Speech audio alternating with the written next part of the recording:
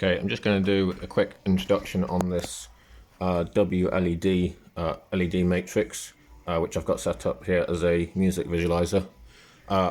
First of all, as I mentioned, this is entirely a software called WLED, which is a open source project, and this is the MoonModules fork, which just has some optimizations for this sort of kind of 2D matrix and music visualizations, just to make it a bit quicker. And then I've made some very small modifications on some code for some specifics that I'll show you now. So first of all, just an overview of the hardware. Can't quite see here, but this is made up of three separate LED matrices stacked one on top of the other. So each of them 32 by 8 pixels. So it's a total display of 32 by 24 pixels. And what you can see here is I split that up into two separate segments. I'll talk about how segments work in a bit. So I'll just show you the hardware here. So what I've done on the top here, it's more of an artistic decision than anything.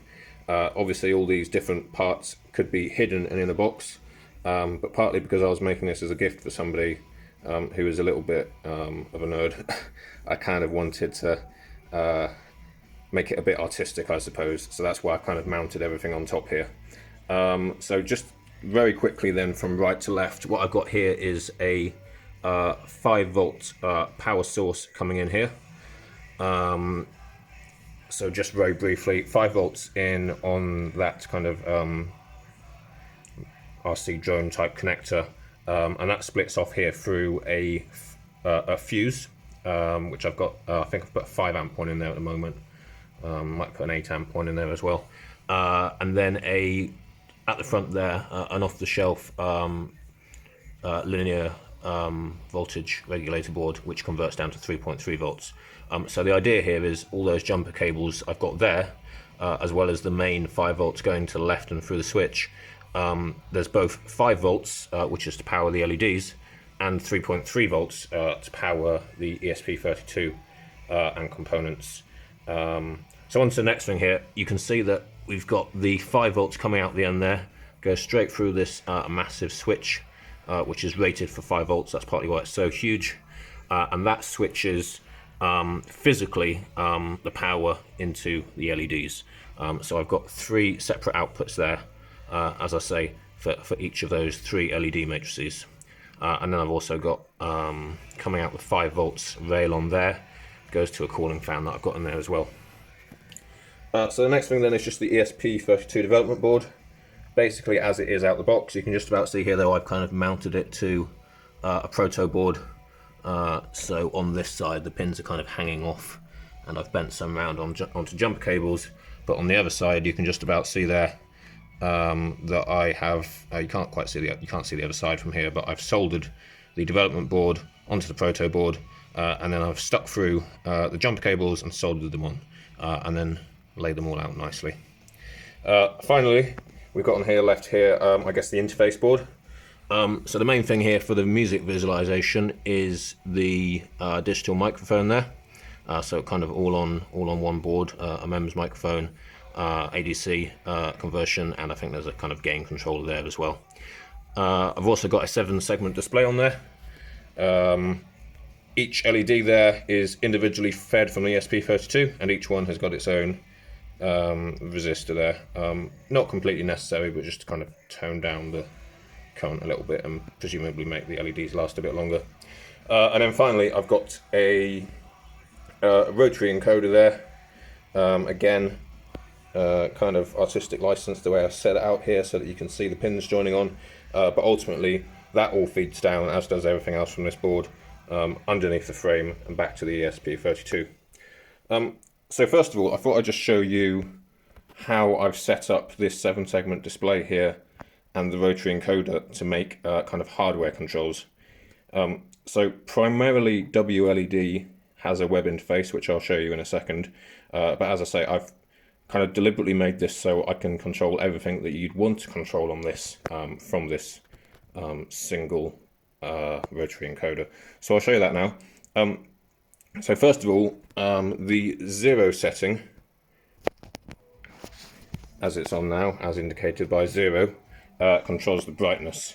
So it's a bit light in here at the moment, but hopefully you'll be able to see that once I turn this knob down, and it just turns lots and lots of times, we've eventually got very low brightness there until it's completely off. And at this point now you can just see it's a mirror. You can see my legs. So I'll just turn it up again, so that will be the lowest brightness there. And then I can just crank it up again by just twisting that dial, and I'll just put it about the middle there. So that's 0. And then if I click it, that gets us to 1. And so 1 is set as presets. Now I'll go through all the presets in a minute on the app, but I've set up about 8 or 9 presets at the moment, which I'll go through. So I've got the default one here just with a clock at the top and the GEQ visualizer below it. And I think this is kind of quite a nice default setting to kind of leave it on. But I'll just quickly show you some of the others that I've set up as examples. So as it's on 1 now, if I turn the knob, it will cycle through them.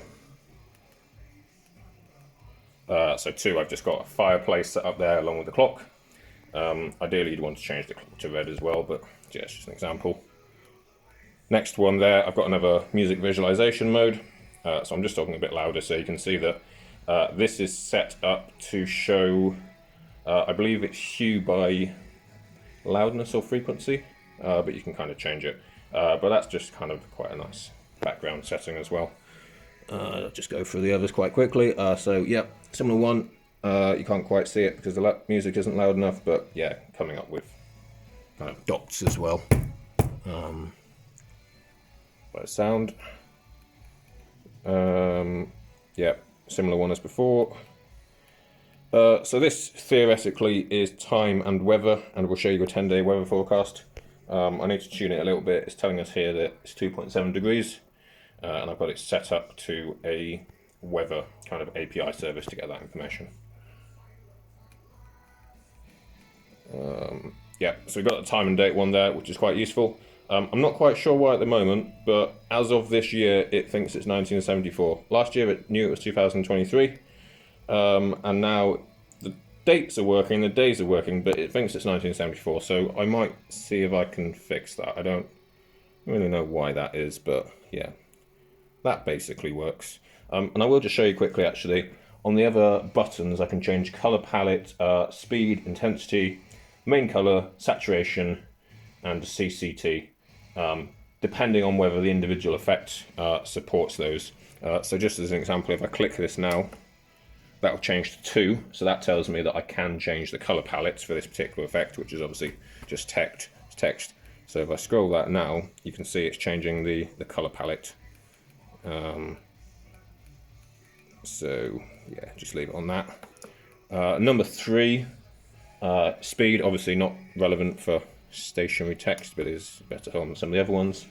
5 will change the main color as well, which I don't know if that's relevant on this particular setting. Oh look, the date changed to 2024 for a second there. That's interesting. Okay, what I'll do is I'll just change back to 1 again to show you some more presets. So yeah, that's another fun one. There's the Crazy Bees one. Good, it's just kind of a background ornament. We've got the Sun Glow one. I quite like that. I quite like the colours, and obviously you can change like the size and the speed and rotation, kind of angles and all that sort of thing, and the colours. But that's kind of a nice background thing, and you could turn the brightness down on that. And again, at the moment, I've got the clock there. Changing through a color variant, so you can just about see the clock's changing colors as well, but you might want to kind of change the brightness on this to 0 and just put it all as red, for example. I think that might be the last one now. Yeah, so back to 0, and this is just the full screen GEQ. So just to show you quickly how we can change all the settings on here, as I said, if we change this again to color palette, so 2 on a 7-segment display, we can change that. That's a color palette with gaps in it, which isn't very nice. So there's one where the color palette's mostly blues, mostly reds here. Let's see what we can do. Change it onto some interesting stuff. And I'll just turn the volume up on the music, just so you can see a bit better it working.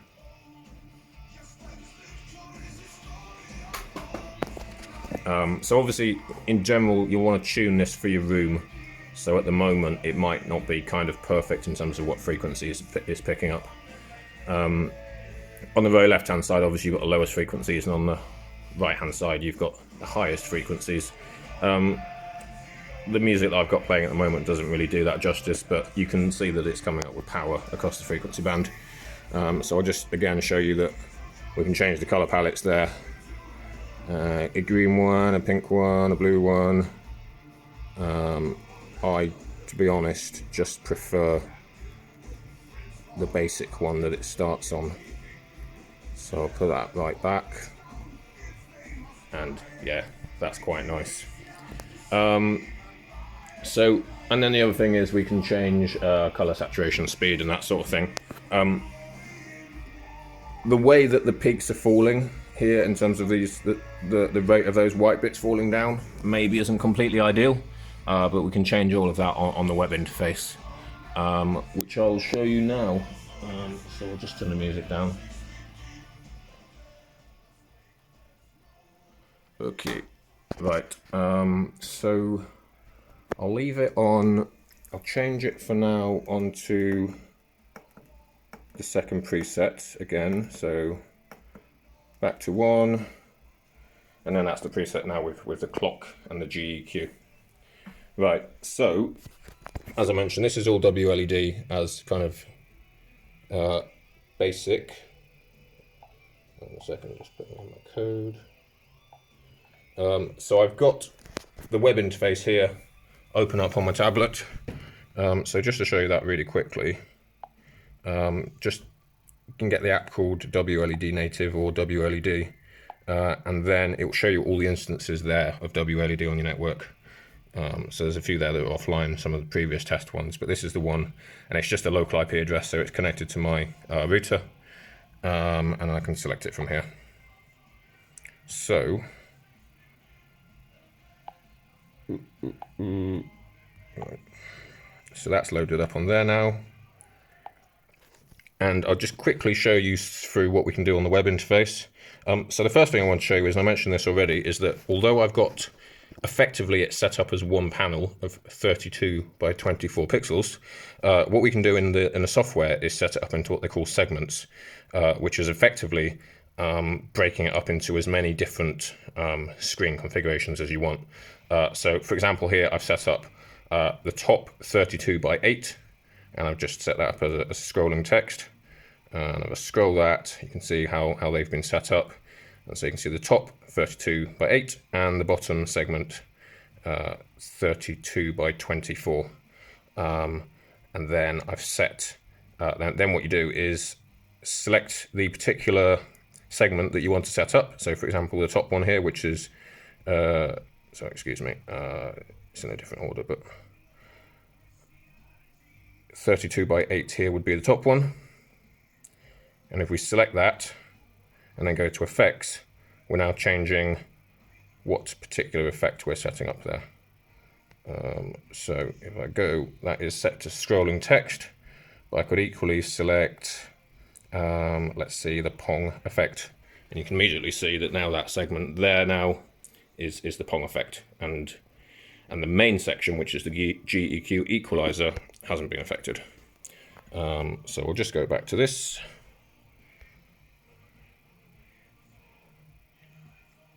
And if we just search for there, oh, hang on. Managed to, sorry, 1 second.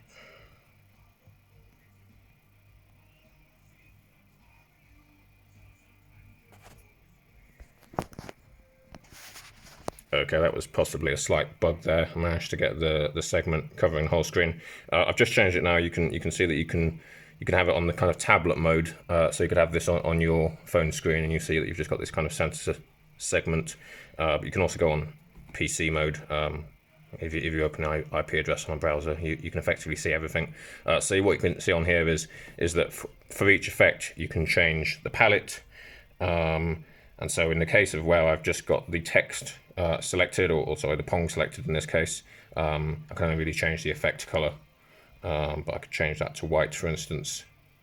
Is that working? Maybe not. But yeah, you can change the color on effects that support you changing the color. We've got the effect here. So I've got Pong selected. We could select Android. And in that case, because of the particular colors I've got selected, that just seems to be white. But I think you get the idea. So I can change the background here to black. And the effects to blue. Yeah, maybe that doesn't work on that size, but yeah, you get the idea. So I can now go search, back to scrolling text. And because I've got that set up there as hour, minute, that's what it makes the scrolling text. So basically the segment kind of tool is quite powerful in that we can set up as many of these different squares as we want just by defining start X, start Y, and stop Y. So I've got it quite simple at the moment, but you can see quite easily that I could set a small clock or a small weather wherever I want, and then I could put various different animations wherever I want. So I quite like this one at the moment.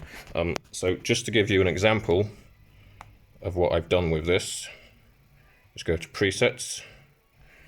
So again, I cycled through all of these anyway with the knob, but you can see that I've set up various presets. So if we go fire and clock, for instance, if we now go to segments and see what that looks like, you can see that I've set up a segment for the top and the bottom, kind of the same as the last one effectively. But for the one which is 32 by 24, so this one, hang on a sec. Yeah, so 32 by 8 will be the hour, minute, so the top one. And 32 by 24 will be this large red space here. So if I select the 32 by 24 segment and then go to effects, I can now go and change, if it lets me, I want to delete that text. Ooh. Can now scroll through if I want all of the effects on here. So we've got twinkle, for instance, twinkling lights. Bit of a boring one, but if I, for example, want to put up the speed on that, and then I could go to colors, and then for each effect in here, I can either just select a color gradient. So let's say I want to do purple and black, twinkling lights with purple and black there. Again, quite boring with this example, but I could also select an audio responsive hue. So you can now see that the twinkle effect is on, but it's responding to my voice. So yeah, a bit of a dumb example there, but you can kind of see how that's potentially powerful by selecting different effects. And again, I've got the color palette in this instance set as an audio responsive one. So let's just see if we can find anything good on here. Washing machine. Waterfall. Yeah, so that's quite a good one. Yeah, so again, responding to my voice with that waterfall pattern. And I could change that to an audio responsive ramp or ratio, slightly different things it's doing with it. So I'll just show you again really quickly kind of the different effects that we can have on here. So there are loads and loads on this list. It's not displaying it very well there, but what I'm going to do is I'm going to go back to presets and put it back on GEQ full screen. So again, going back to manual mode, I've got 8 on here set to all effects. So if I just cycle this through to 8, 6, 7, or 8, so 7 would have been the CCT setting, so obviously whatever CCT is, this effect doesn't have that setting, so that's skipped to 8 in this instance. So now I'm on 8, and I'm going to have this in view so you can just see that it's all controlling it. These are all of the effects, so you can see it's set for this segment on GEQ at the moment. If I just turn this knob, it will change onto the next effect. So you can straight away here see on the web interface that the effect is now on Ghost Rider. If I turn the knob again, out of shot, it's on to now the next one, Glitter.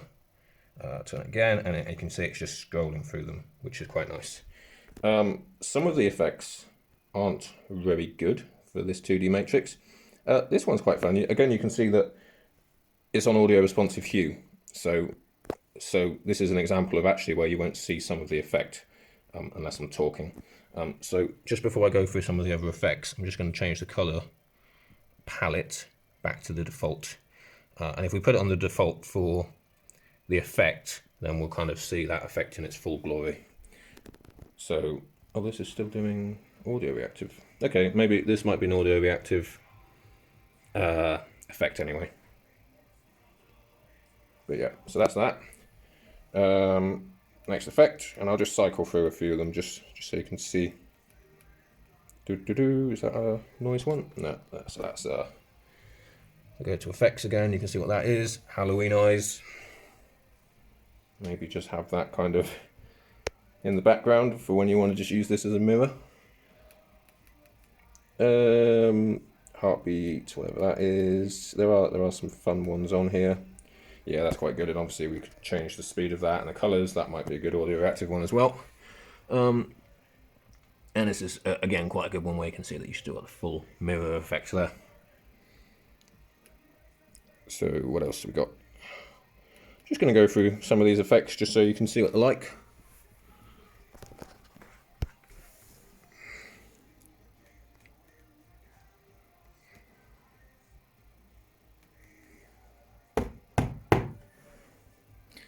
This one's supposed to be lightning, so yeah, we can change how often that lightning strikes.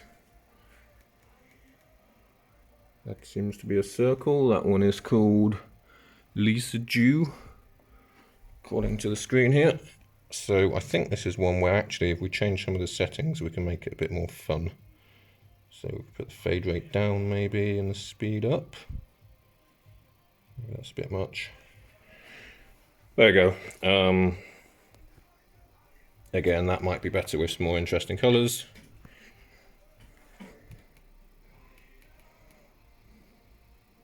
Epileptic fit mode. What else have we got? Matrix mode is quite fun. Again, this might be one where it's better to turn up the speed.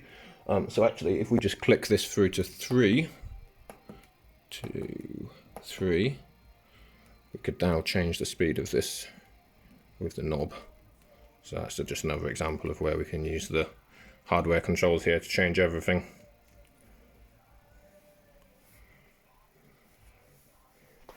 Yep, so turn that back down. And again, 4 will change intensity, so maybe that's the number of raindrops in this case. So less matrixy now and more rain, I suppose. So again, back up to 8. That one's quite fun. So this one, actually, you can see that you've got 2 colours here. You've got the background colour and then you've got the foreground, so the dots. So this one, I'll just show you quickly. If we go to colours, we change, basically just allows you to change the background colour in this instance, not the foreground colour as well. So in this instance, I changed the background colour to black, which basically means that the background now is just, well, black, which is not on. So now it kind of looks like some fireflies flying around. And again, maybe we might prefer to have this one on the kind of slow mode. So it's like some slow fireflies flittering around there. Quite nice.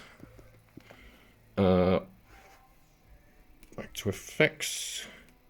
See what else we've got. That one didn't seem to do anything. Meteor. Mid noise.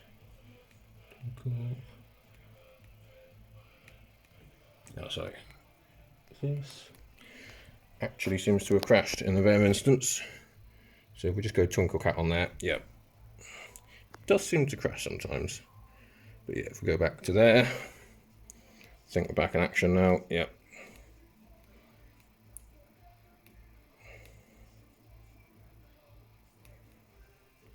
Yeah, and then we've got some more funky matrix ones as well.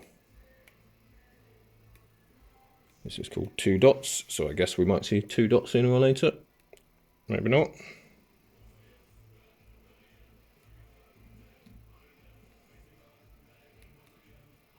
Yeah, so I think it's just how I've got the colours set here actually. So on the earlier one I set the background colour as black, and because I did this on some of these we're now not seeing anything. So I might just change the background colour back to something else. So yeah, you can see there that now we've got something. So you do have to be careful of that you don't change the colours to something unworkable on one effect and then ruin it for another. So now that I've just got some background colour set of yellow and blue, hopefully now when I go back through the effects, it will do something. Maybe, maybe not. So I think possibly we're on the last effect now, which is why it's not going up anymore. So yeah, just cycle through all of them in the list there. So yeah, a lot of these do look quite boring. That one's a bit better, but it's partly, as I say, you need to play about with the colours a little bit, and the colours on one might ruin the effect of another, so you can basically just play about on the web interface as long as you want. What's this one? Seems to be set on audio reactive for this one. Okay, so this is an effect called swirl. You can see there from the key that swirl is a effect that takes into account the gradient, I think, by the palette there. It's got the matrix thing, so it works on the matrix, and then you've got a single music note, which means it's volume reactive but not frequency reactive. So you can see as I'm talking there, it's doing stuff. And just on that note, actually, because the audio active stuff is quite cool, I'll just show you. We got on the filter here. First of all, oh god.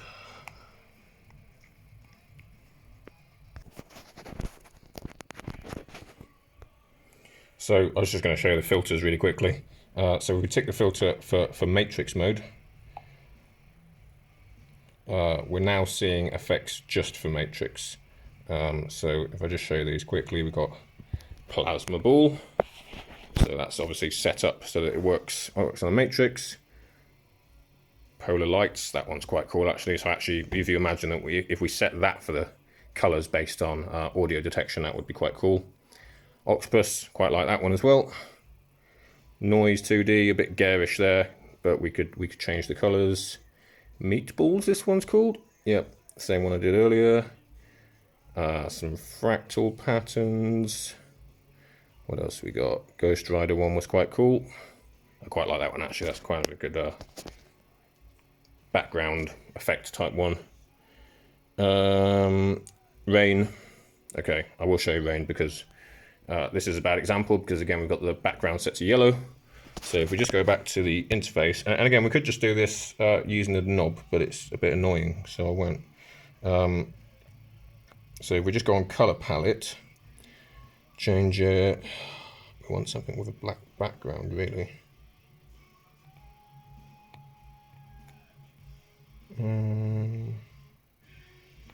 Yeah.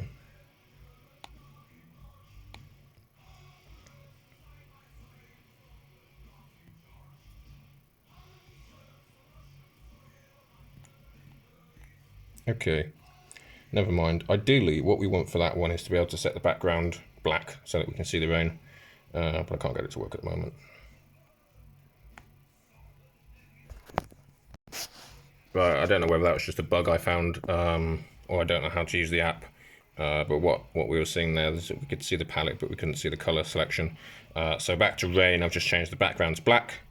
And again, you can see, because there's no background color now, you can just see the foreground color, which is in this instance set to blue for rain. So background back to black, foreground to light blue.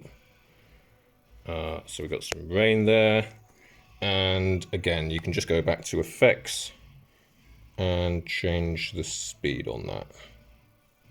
So now that is a bit more rainy.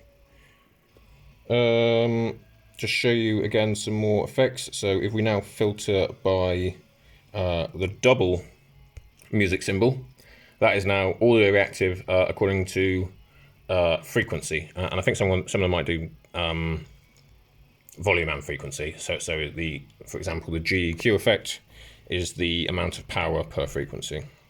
So just to show you quickly, we've got the Akimi, so the WLED logo, but then with the frequency bars on the sides.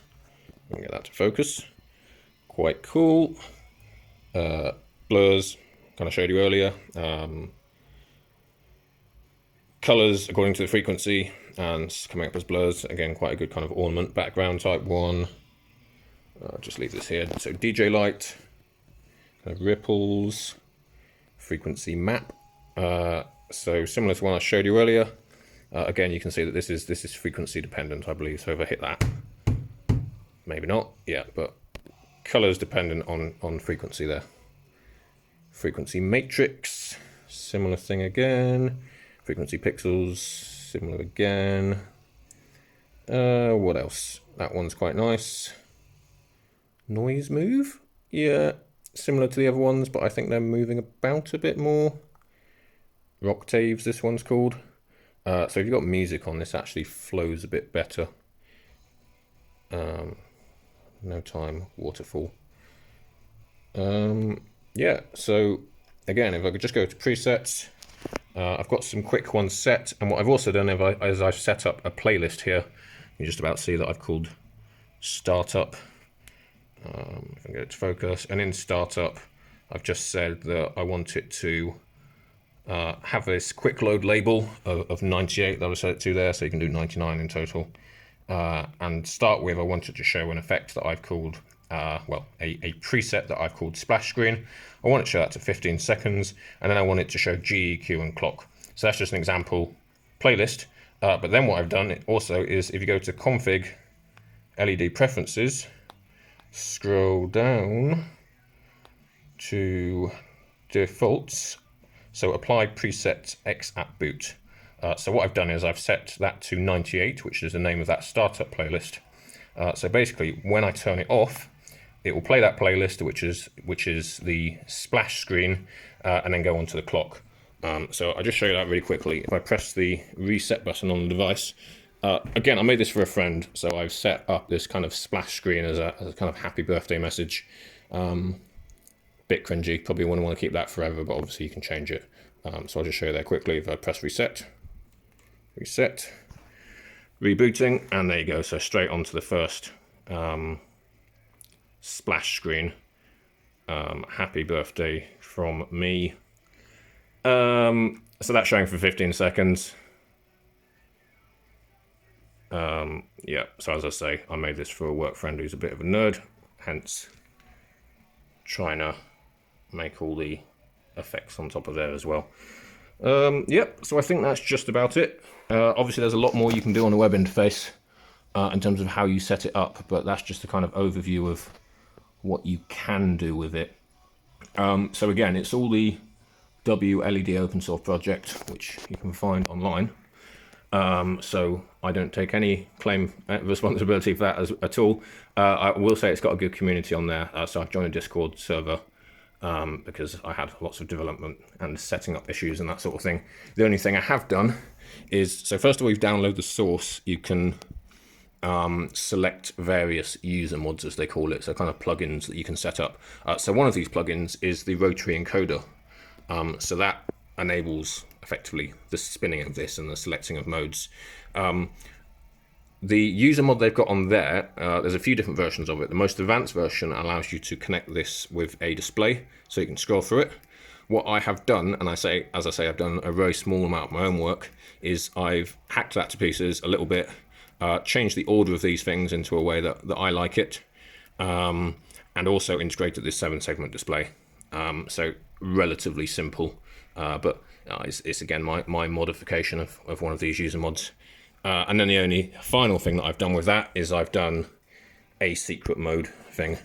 So if you hold this button here for 3 seconds, it will go on to the secret mode, which is preset number 99. So again, in this situation, the birthday message. But yeah, you could just have that as a shortcut to changing it to I don't know, like a lamp or something that you want. So again, I just go back to 1, flick it up, and that's on the first preset, and that's on the second again. Yeah, so that's basically it. Only other thing to add is it has a tendency to get very, very hot. Well, actually, I'll explain this a little bit. So 3 matrices of 32 by 8 pixels makes, I believe, 768 pixels in total, each of which, if you say, I think it's a maximum of something like 56 milliamps per pixel. Don't check my maths on this because I can't remember it exactly. But it adds up to something like, if you had all of them on at white at maximum brightness of 50 or 60 milliamps or whatever it is, can't remember the figures now, it would be using a total of 40 amps, which is obviously huge. I think it was something like 42 amps. So this is part of the reason that I've added this kind of power protection board there. So I've got a limiter there in the form of this physical fuse that you can just about see. And as I say, I think I've put a 5 amp fuse in that. So if you were to put the solid effect on these and turn it all to white and turn it all up, well, actually, first of all, there's the software control in the WLED interface that sets the maximum power, and I've set it to 2 milliamps. If that were for some reason fail, and let's say I set that software control at 50, so there's no software control on the power, then it would try and draw, as I say, that kind of 40 amps. I'm not sure I've worked that out right, which is loads. So first of all, I've only got a 10 amp power supply. But yeah, if it tried to do that, it wouldn't start melting stuff because it would blow this fuse first. And that fuse basically feeds into this 5-volt board here. So actually, the controller would carry on working, but that fuse would physically blow. Anyway, despite having all of that, I did find that it does get quite hot, and I'm still a little bit worried about it getting a bit melty. So for that reason, I'll just show you quickly, I've added this fan into the back here, and I've just got that permanently plugged in. Ideally, I'd have that plugged into a thermostat, and I did think about doing that, but then I decided, nah, it's reasonably quiet. So that's permanently plugged in to a couple of these 5-volt jacks here on this rail. It might not be necessary in an instance like this where the LEDs are on some of the time at half brightness. It's probably not going to make a lot of heat, but it's kind of, I suppose from my point of view, because I'm giving it away as a present, I just put on all the protection I possibly could. So for example, the switch is absolutely massive. That's because it's actually rated to be able to handle up to that kind of maximum power, 5 volts. Can't remember what it's rated at, but it's beefy. Added the big beefy power connector, which shouldn't melt up to a high rating, and the fuse. And then obviously the software control as well. And I made sure that all these wires and everything were the kind of appropriate thickness. And again, as I say, there's a physical split here from 5 volts to 3.3 volts. So whilst I would be confident for it to be running in my house without all these safety constraints, I don't want to burn down someone else's. So that's kind of why I put a load of extra stuff there. Anyway, a bit long-winded, but there it is.